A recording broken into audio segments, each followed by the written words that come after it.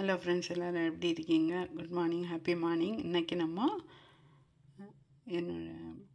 என்ன செய்ய போகிறோம்னாக்கா, வீட்டில் ஈஸியாட்டு homemade health drink powder, health mix drinks, energy பவுடர்னு சொல்லலாம்.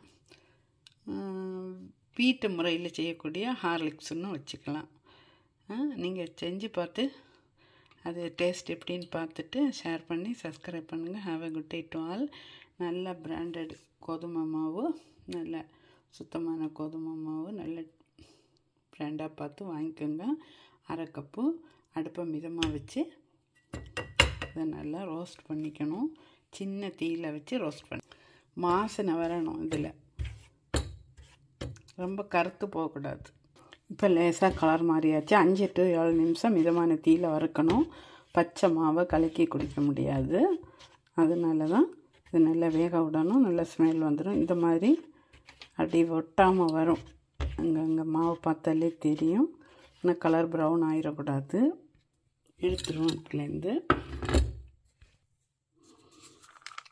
ஆல்மண்ட் 50 கிராம் எடுத்திருக்கேன். அதையும் ரோஸ்ட் பண்ணிக்கிடும். ரோஸ்ட் தான் பண்ணணும். பனங்கற்கண்டு தான் ஸ்வீட்டுக்கு வேண்டி நான் சேர்க்க போகிறேன். போதும், இந்த அளவில் வறுத்தா போதும். எடுத்து மாற்றி வச்சுருவோம். 50 கிராம் வேர்க்கடலை இந்த மாதிரி வறுத்து வச்சுருக்கேன். எல்லாம் ஆறின பிறகு பிளெண்ட் பண்ணி பனங்கற்கண்டு நான் ஒரு 30 கிராம் எடுத்திருக்கேன். நீங்கள் வேணால் ஒயிட் சுகர் சேர்க்கலாம், ஜாகரி சேர்க்கலாம். நான் பனங்கற்கண்டு சேர்க்குறேன். சளி ஒன்றும் பிடிக்காமல் இருக்கிறதுக்கு வேண்டி. ஃப்ளேவர் வேணும்னாக்கா நீங்கள் ஏலக்காய் பொடி சேர்த்துக்கலாம். ஒரு 1/2 டீஸ்பூன் ஏலக்காய் பொடி சேர்க்கலாம்.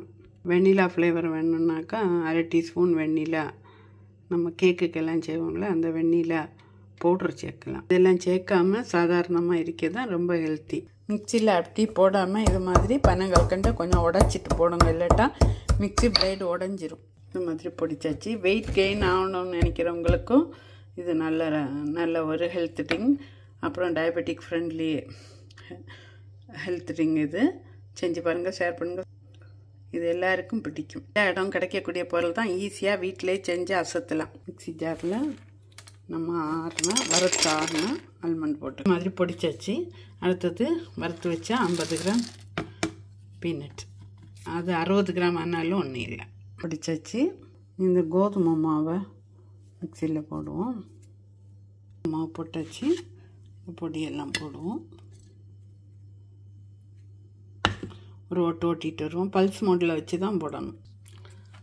160 ml கப்புக்கு 1 கப் மில்க் போடுறோம்.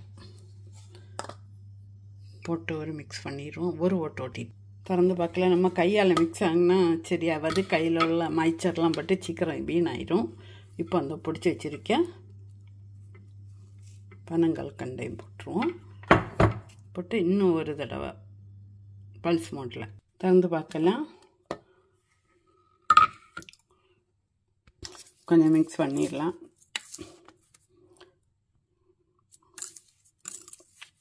உங்களுக்கு வேணால் சளிச்சுக்கோங்க. அப்படி சாப்பிட்றது நல்லது தான். சாப்பிட்டு பார்க்கலாம் சும்மாவே.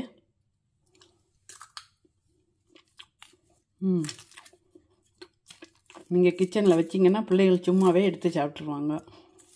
நல்ல மைல்டான இனிப்போட நல்லா இருக்கே. மறக்காமல் செஞ்சு பாருங்கள், ஷேர் பண்ணுங்கள், சப்ஸ்கிரைப் பண்ணுங்கள். Have a good day to all. இந்த பாட்டிலில் தான் 500 ml பாட்டிலில் போட்டு வைக்க போகிறேன்.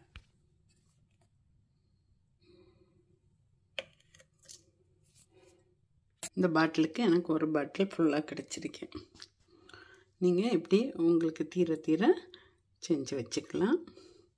எந்த பக்க விளைவும் இல்லை. எல்லாமே ஹெல்த்தியானது தான்.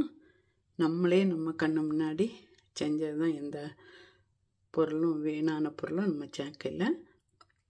ஹோம்மேட் ஹெல்த் மிக்ஸ் எப்படி இருக்குன்னு பாருங்கள். No preservative, nothing to pad.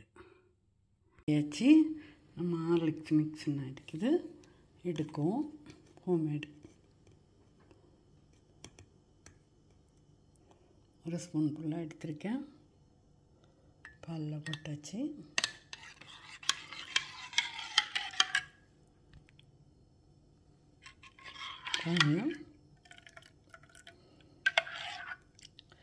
வடிகட்ட வேண்டாம், ஒன்றும் வேண்டாம், அப்படியே குடிக்கலாம். நல்ல பசும்பாலில் குடித்து பாருங்கள், நல்லா இருக்கும். மறக்காமல் ஷேர் பண்ணி சப்ஸ்கிரைப் பண்ணுங்கள்.